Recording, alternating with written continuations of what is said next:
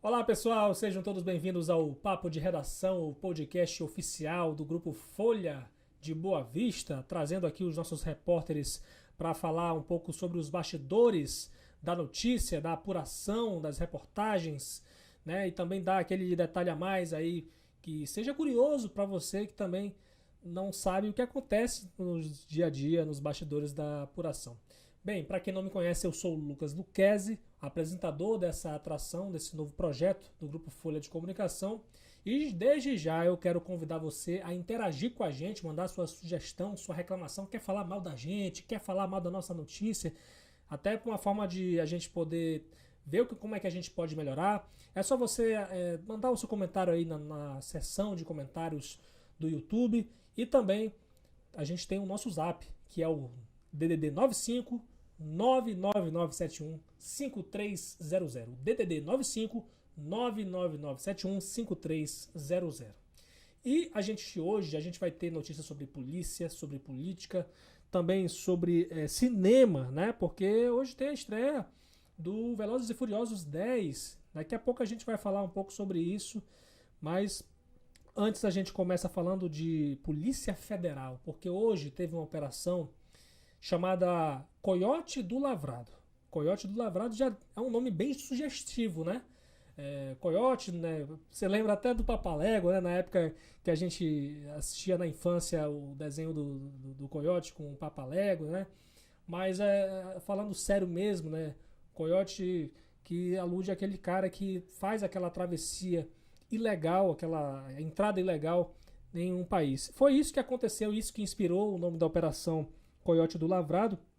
E essa ação em especial, ela investiga a entrada ilegal de cubanos aqui no Brasil.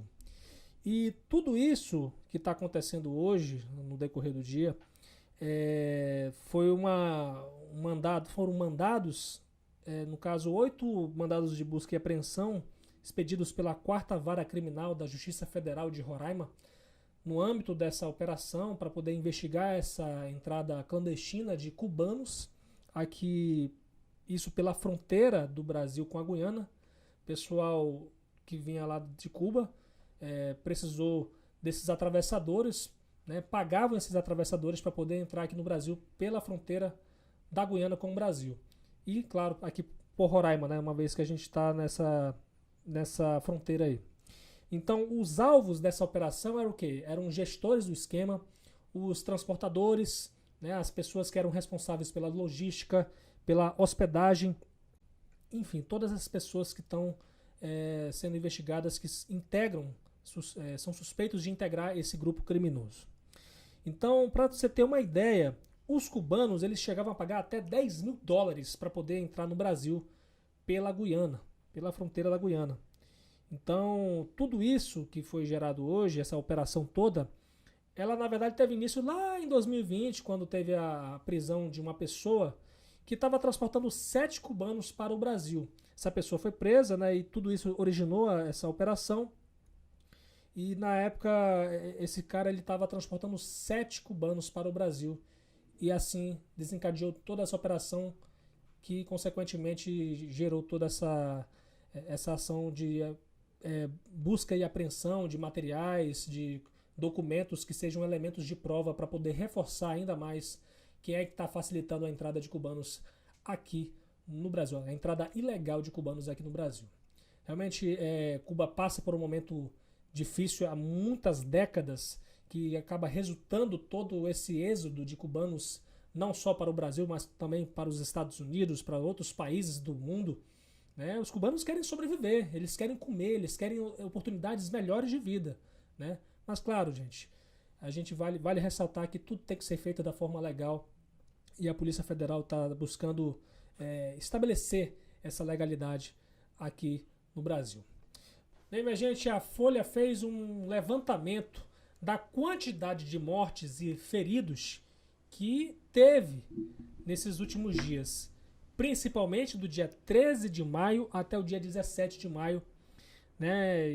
Isso em meio ao aumento da violência aqui no estado de Roraima. Para isso, eu chamei a Marília Mesquita, a nossa repórter que se destaca na área policial, no jornalismo policial, que vai trazer para a gente aqui essas estatísticas que a gente mesmo levantou aqui. Seja bem-vinda, Marília, e fala pra gente quantos mortos e quantos feridos e explica um pouco mais ou menos o contexto dessas mortes.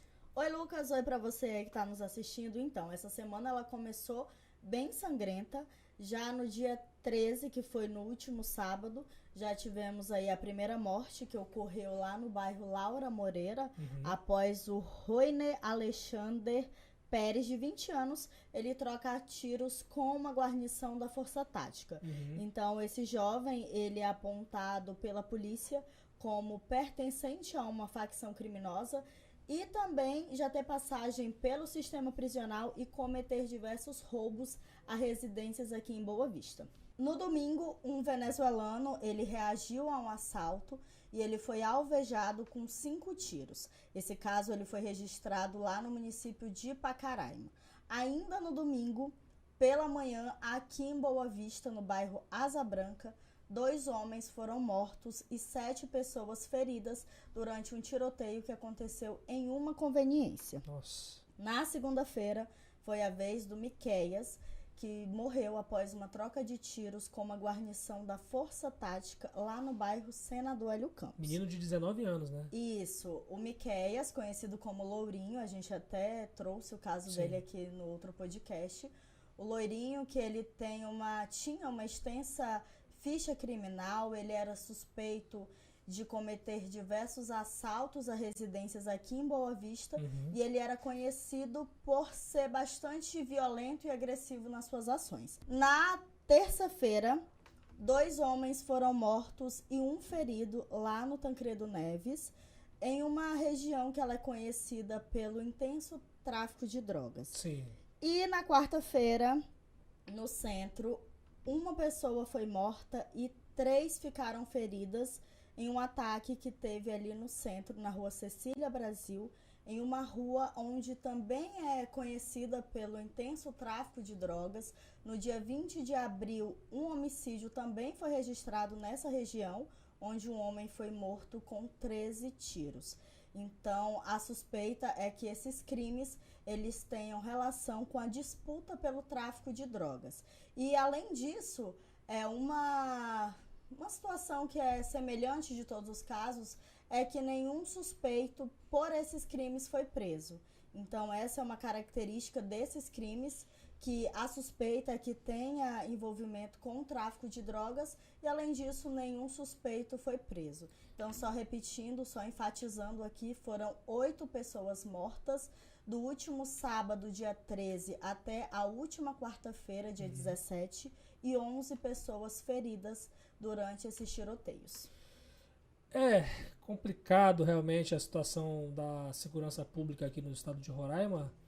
É claro que as autoridades vão ter que realmente investigar esses crimes e também achar os culpados, né, ou quem sabe os financiadores. Então a gente deseja que a justiça seja feita. E eu já te pergunto, Marília, hoje teve alguma novidade em relação teve algum crime assim que tenha chamado a atenção da sociedade ou deu uma acalmada, né, nesses dias aí? Olha, até agora, depois da quarta-feira, porque o homicídio de quarta-feira ele ocorreu por volta das 5 horas da manhã e desde então não tivemos mais registros de homicídios desde da quarta-feira, ao longo da quarta-feira, e até essa quinta-feira não houve registros. Que continue assim, né? Pelo amor de Deus. Muito obrigado pela sua participação, Marília, e desde já deixar sempre aberto o espaço para você participar aqui e a gente poder repercutir as notícias das notícias policiais.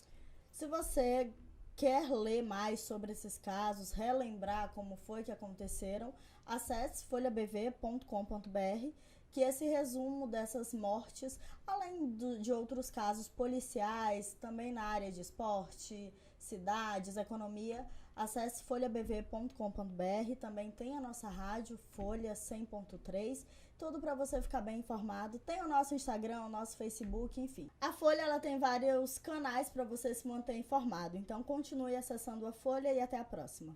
Bem, minha gente, período chuvoso, tá chovendo pra dedéu, principalmente no interior do estado. Aqui em Boa Vista a gente já está sentindo muito isso, né? Mas no interior do estado, sobretudo no norte daqui de Roraima, está chovendo muito.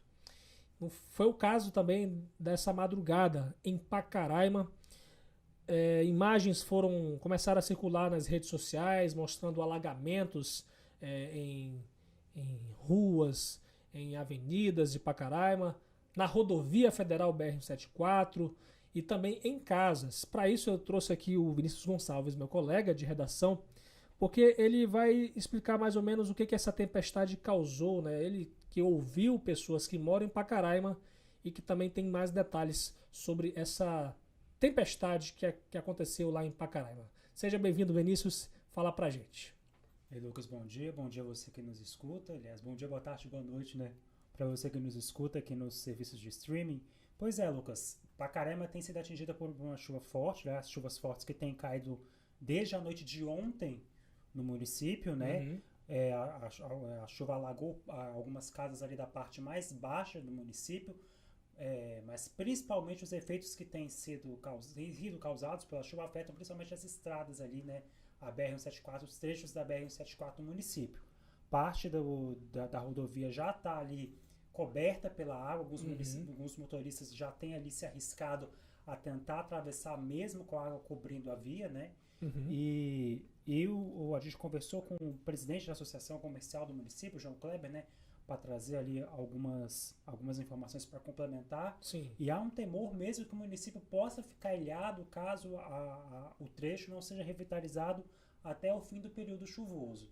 Inclusive, Vinícius, aquele trecho, sobretudo da parte da RR 400 até o município de Pacaraima, está sendo contemplado naquela série de ordens de serviço que o ministro dos Transportes, Renan Filho, assinou para poder começar as obras para recuperar essa rodovia federal, né, naquele trecho ali. Agora tem aquela expectativa, né, para ver como é que vai ser, né, até porque tem esse período chuvoso, é bom considerar isso, que vai, de certa forma, atrapalhar um pouco os serviços, né, Vinícius? O que você tem para falar para a gente sobre isso? Lucas, o trecho ali da RR-400, ali o trecho da Pedra Pintada ali, até o município, ele está incluído nesse primeiro pacote de obras, né, que foi anunciado, foi lançado na última terça-feira, né, as ordens de serviço foram assinadas, e aí já há uma previsão ali para o início das obras, né, Sim. Apesar de não ter uma data definida, né, concreta para poder para a obra poder começar, e isso a gente fica, enquanto não há uma data, né, definida, a gente fica aguardando o início das obras, que são obras esperadas já há muito tempo, né? Não só esses 3 trechos que foram anunciados, o trecho do Pedra Pintada até Pacaraima, também tem o trecho ali entre os igarapés Ceabra e Arruda, em Rorainópolis, e o trecho ali do Igarapé-Calef até a sede de Caracaraí. Esses 3 primeiros trechos já vão entrar, né? Mas há também a previsão que outros trechos ao longo dos próximos anos ali sejam contemplados ali, né, nesse pacote de obras da BR-174, além de outras rodovias federais que devem entrar nesse pacote de obras aí do Ministério dos Transportes. Entendi. Como você está vendo aí as imagens rolarem, né, sobre esse alagamento todo aí que está acontecendo na região de Pacaraima, uma região de serra também, mas também tem uma região que está um pouco mais baixa ali e acaba acumulando todo esse volume de águas, né, e tem essa iminência de ter essa recuperação dessa rodovia, inclusive esse pacote total, como você citou aí também de outros trechos da rodovia federal, são quase 100 milhões de reais de investimentos. Vamos esperar com que isso possa resolver realmente essa situação. Essas obras elas ficaram um pouco paradas na região de Pacaraima, e eu tenho uma informação, muito por conta que durante as obras lá houve a situação de destruição de sítio arqueológico. Isso foi uma das situações que acabou gerando a paralisação das obras de recuperação em Pacaraima. Foi um passe muito grande que o Ministério dos Transportes, pelo menos que a gente já viu, né, anunciando aí, já conseguiu resolver, acho que parte, pelo menos, desse problema. Agora, para o pessoal que vive em Pacaraima ou regiões próximas, você, Vinícius, tem uma informação sobre como é que vai ficar a situação das chuvas nesses próximos dias. O que você tem para falar, principalmente para o povo que mora em Pacaraima? Pois é, Lucas, ainda não há um dado oficial sobre o acumulado de chuvas nas últimas horas, né? Uhum. A estação mais próxima, né, de Pacaraima, que fica em Iramutã, a estação do Centro Nacional de Monitoramentos e Alertas de Desastres Naturais, o CEMADEM, chegou ali a um acumulado de 20 milímetros nas últimas 24 horas, que é considerado um acumulado alto de chuvas, né? O INMET divulgou um alerta nesta quinta-feira que há possibilidade de tempestades, de temporais nas próximas, até às 10 horas da sexta-feira, né? Até às 10 horas de amanhã. Aí a previsão é que a chuva possa ter chuvas de 30 a 60 milímetros por hora ou de 50 a 100 milímetros nas próximas 24 horas. O alerta laranja, né? Um acumulado bastante alto de chuva, né? Sim. Você vê que para Roraima a previsão aí para este mês de maio fica entre 200 a 250 milímetros de chuva. Então, a previsão é que, dependendo do temporal, cai aí metade do esperado para o mês. Né? Mas aí a gente tem que ficar de olho aí, né, para a possibilidade de temporal. Além de Pacaraima, os outros municípios de Roraima, os outros 14 municípios também estão sob alerta do INMET para as próximas 24 horas. Então, é sempre bom ficar alerta e atento aí. Pois é, e para você que está fora de Roraima, para você que não entende mais ou menos a realidade aqui, a gente aqui não tem verão, como o pessoal de outras regiões do Brasil falam, né? Não é verão, é inverno. Aqui tem período chuvoso e período seco, né? E o período chuvoso, geralmente ele começa em maio e vai até setembro. E de setembro, de outubro em diante, até abril mais ou menos, é o tal do período seco. Então, assim, a gente vai ter um período prolongado até, né, de chuvas. Então, todo mundo tem que ficar atento, principalmente o povo de Pacaraima que está sofrendo já essa situação, com esse risco que a população alega que pode causar, pode acontecer de a cidade ficar ilhada. Eu espero, todos nós evidentemente esperamos que não, né, que não aconteça isso. Mas é isso, Vinícius, muito obrigado pela sua participação e desde já deixar sempre aberto o espaço para poder você participar aqui e a gente repercutir e debater também as notícias do dia a dia. Sim, Lucas, eu que agradeço, até a próxima. Vamos falar de política agora, porque tá dando o que falar a polêmica live do ex-deputado e ex-presidente da Assembleia Legislativa de Roraima, Jalcer Renier, rapaz. Quem diria que depois de um ano a gente veria aí no ringue, pelo menos virtual, um deputado e um ex-deputado agora se enfrentando. O Jalcer Renier ontem fez uma live para poder fazer várias críticas ao Jorge Everton, que é um dos 5 candidatos ao cargo de conselheiro do Tribunal de Contas do Estado de Roraima. E o que aconteceu? O Jalcer apareceu, quem diria, para defender o governador Antônio Denário na sua indicação da primeira-dama Simone Denário para o cargo de conselheiro. Né? Ele dizendo assim que se ele tivesse esposa, ele indicaria sim, isso segundo o Jalcer falando, né? Eu digo quem diria porque o Jalcer e Denário eram políticos que estavam se enfrentando naquele ringue em torno da cassação dele, né? Então eram inimigos, eram opositores nessa questão da cassação e o Jalcer aparece depois de um ano praticamente aí defendendo a posição do Denário nessa indicação da primeira-dama Simone Denário para o cargo de conselheira. O que o Jalcer mais disse? Disse que o Jorge Everton vai perder a eleição porque os deputados não confiam nele, porque ele iria expor os colegas, negociar, fazer artimanhas. E, assim, quando eu fui lá, inclusive, procurar essa live, a live já tinha sido apagada pelo Jalcer Renier. Ela ficou um tempinho ainda no ar, mas foi uma live de mais ou menos 28 minutos. Só que o Jalcer apagou a live, né, depois de todo esse burburinho que aconteceu nas redes sociais, né, nos grupos aí de WhatsApp. O Jorge Everton respondeu, mandou uma indireta que eu vou ler agora para vocês, né, isso na mesma tarde. Isso o Jorge Everton falando, tá, gente? Sou policial há 24 anos e nunca conheci um miliciano que gostasse de polícia.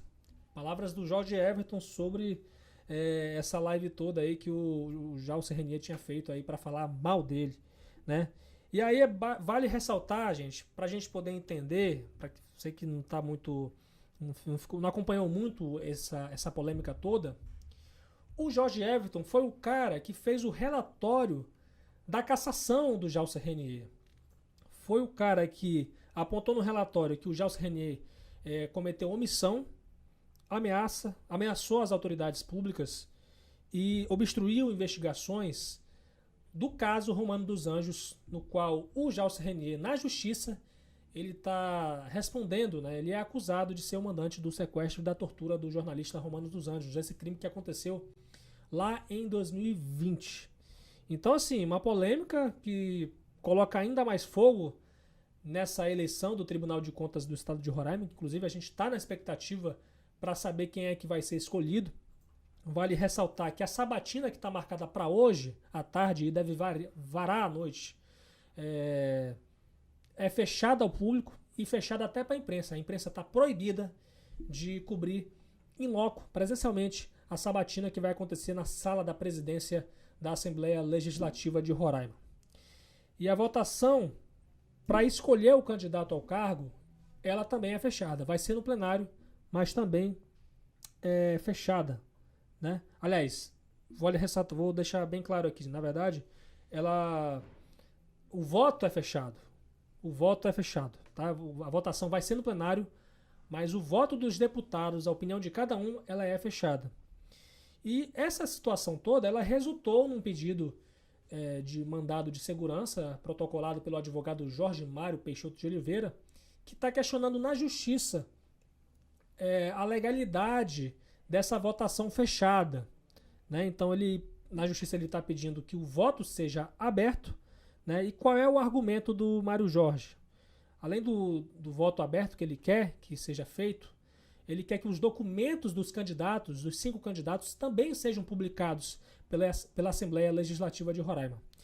E um dos argumentos que foi usado na ação pelo Jorge Mário é de que, entre aspas, todo cidadão tem direito de saber em quem seus representantes escolherão para o cargo citado, sendo que esta função é primordial para fiscalizar o dinheiro público gasto.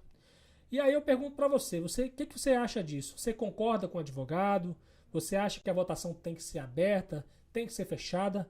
Manda sua mensagem aí para o 95999715300 ou, claro, comente aí facilmente aí na nossa seção de comentários do YouTube. E tem mais que o advogado falou, né? Para o advogado, na opinião dele, tentar, isso entre aspas, tá?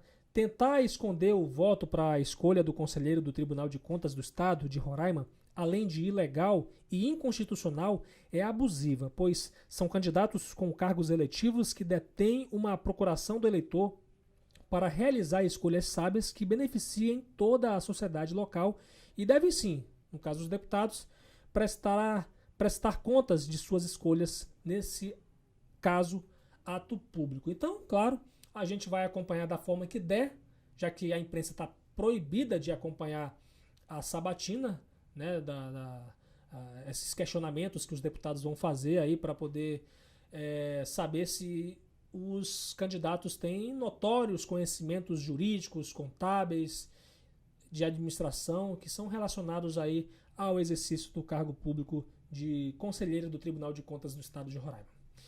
Vamos falar de coisa mais leve. Vamos falar de cinema, gente. Porque, veja bem, fim de semana de estreia da edição 10 do filme Velozes e Furiosos, um filme que foi lançado lá em 2001, mas que faz muito sucesso, arrebatou aí uma legião de fãs, milhões de fãs no Brasil, no mundo todo, inclusive teve versões aí até no Brasil, né? E aí eu trouxe aqui a Isabela Cades, que é a nossa, diria, especialista em cinema aqui no Grupo Folha de Comunicação, para falar um pouco sobre esse filme, que ainda não foi lançado para o grande público, mas a gente já soube mais ou menos as críticas de quem já viu. No caso, jornalistas, né, especialistas em cinema, cinéfilos, que fazem críticas aí na internet.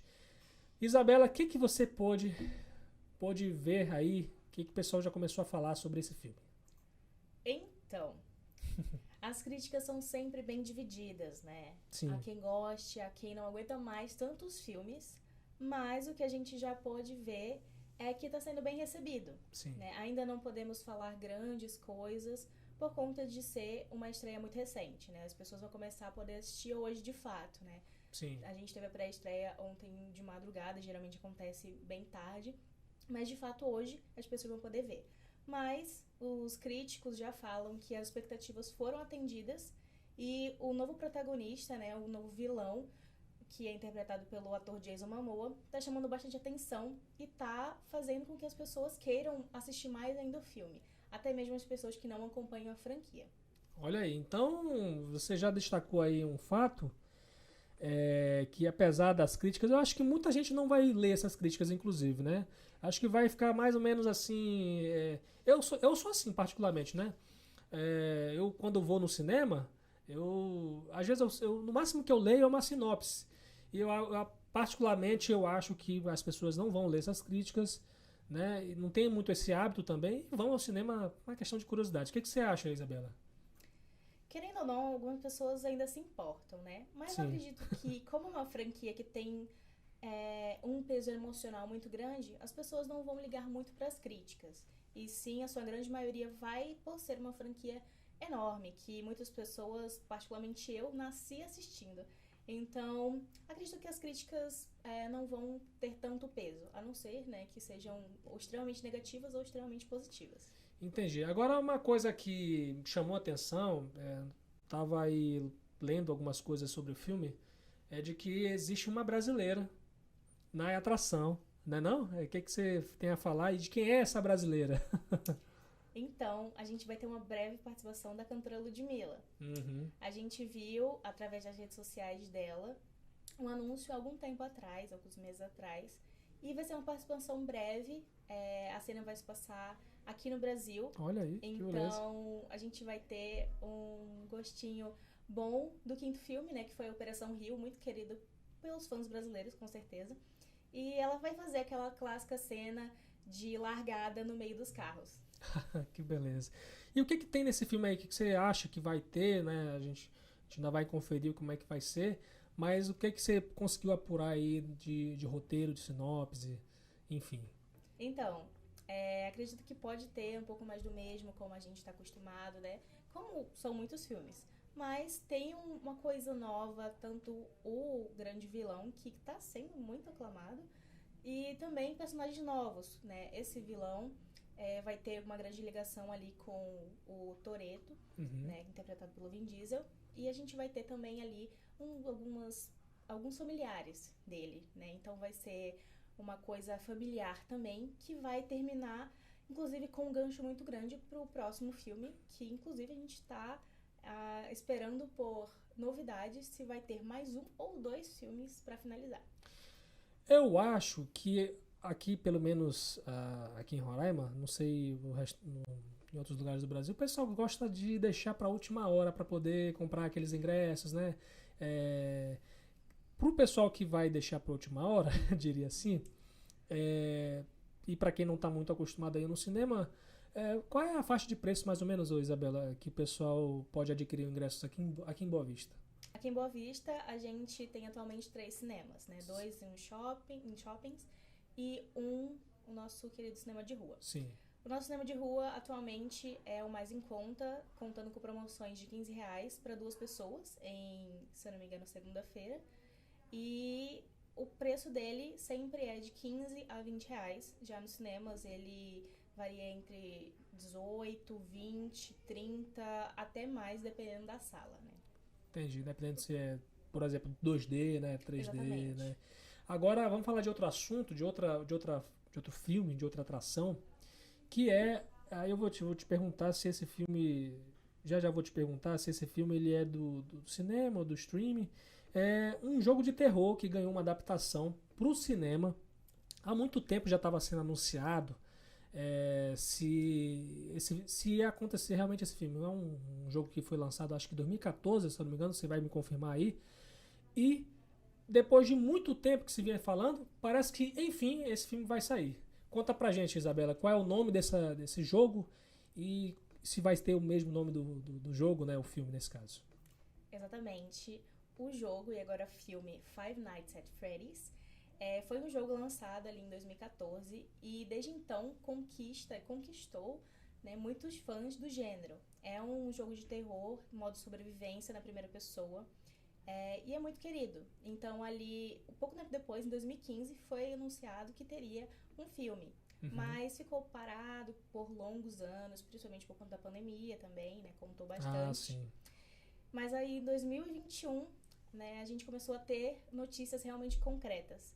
E agora a gente já tem um teaser e posters, né? Então, finalmente vai sair. Que legal. E o que o povo pode esperar, né, dessa atração, assim, particularmente, ou você, eu acho que você com certeza vai assistir. O que você espera aí? Então, eu tô bem ansiosa. Não é um jogo que eu realmente sou fã, mas eu acompanho ao longo de todos esses anos, então já considero ali, né, parte de tudo que eu gosto. Por ser terror também, é um gênero muito querido. E a gente pode esperar uma trama muito semelhante aos jogos. Talvez mude o nome de algum personagem, um pouquinho da história, mas os fãs já ficaram ensurdecidos, muito ansiosos pelo filme, né? E a gente vai poder acompanhar um segurança, que no filme vai se chamar Mike, que vai trabalhar em uma pizzaria local e trabalha normalmente até que durante a noite os animatrônicos que animam as crianças durante o dia acabam se tornando um pouco estranhos e até mesmo homicidas, né? Tornando o jogo e o filme bem puxado pro terror. E é isso que a gente pode esperar. Entendi. Agora, esse Fred aí, que é o nome, tá no nome do jogo, né? Tem alguma coisa a ver lá com Jason? Não tem nada a ver. Porque é terror, né? Essas coisas, eu particularmente pensei que tivesse relação. Mas não, é uma história totalmente original, né? Que inclusive já tem mais de 10 jogos, conta com livros também que completam a história. E é uma história enorme, só quem realmente gosta vai saber de todos os detalhes, porque são muitos detalhes. E vai ser agora adaptado ao cinema, talvez tenha, né? Há poucas confirmações, né? Algumas especulações, no caso, Sim. de que hajam mais filmes por conta de ter uma história muito grande, né? Mas é uma história original que muitas pessoas vão ver pela primeira vez agora. Então, a estreia desse filme é o Fred. Five Nights at Freddy's. Fala pra mim direito esse nome aí, que eu sou péssimo em inglês. Five Nights at Freddy's. É uma tradução livre, 5 dias no Freddy's, que seria a pizzaria, né? Ah, tá. Entendi. Vai ser a estreia? Vai ser quando essa estreia? Então, no Brasil a gente ainda não tem uma data concreta, mas nos Estados Unidos vai lançar simultaneamente como streaming que só tem lá, no dia 27 de outubro. Mas a gente pode esperar que vai lançar ou nesse mesmo dia ou numa data bem próxima. Então é plataforma de streaming, né? Isso, nos cinemas e nessa plataforma. Ah, tá. Legal. Então tá, Isa, muito obrigado pela sua participação e deixar sempre aberto o espaço para você participar aqui. Claro, a gente repercutir uma paixão que é mundial, né? O cinema, a sétima arte e uma paixão principalmente sua, né? Obrigado pela participação. Muito obrigada, Lucas, e vamos esperar por mais novidades. Eu estava falando lá atrás aqui sobre a eleição do Tribunal de Contas do Estado de Roraima. A eleição para escolha, na verdade, do novo conselheiro do Tribunal de Contas do Estado de Roraima. Falei da situação de que um advogado tinha pedido para que a votação em plenário seja aberta e a Justiça, no mesmo dia, já deu a decisão.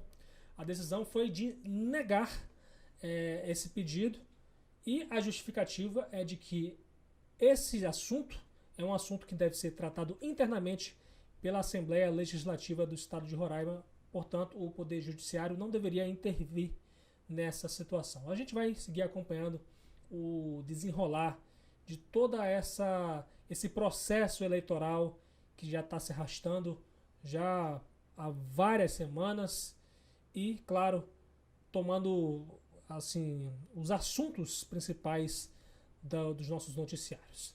Eu quero agradecer mais uma vez a sua companhia. Essas foram as principais notícias que a gente quis repercutir hoje aqui, para você ficar por dentro do que está acontecendo no nosso dia a dia, na nossa semana também.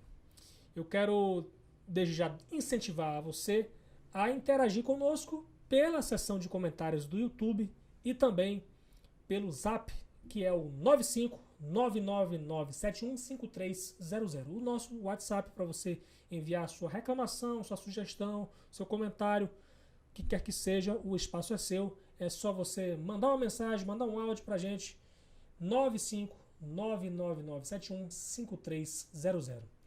Eu sou Lucas Lucchesi, estou aqui na apresentação e também na produção, na edição de Fabiano Lopes e o apoio técnico de Aduan Figueiredo, Rio Herrera. E as nossas redes sociais para você seguir. Além do YouTube, que é esse aqui, @tvfolhabv, a gente está no Instagram, no Twitter e no Facebook, como @folhabv. Muito obrigado pela sua companhia e até a próxima.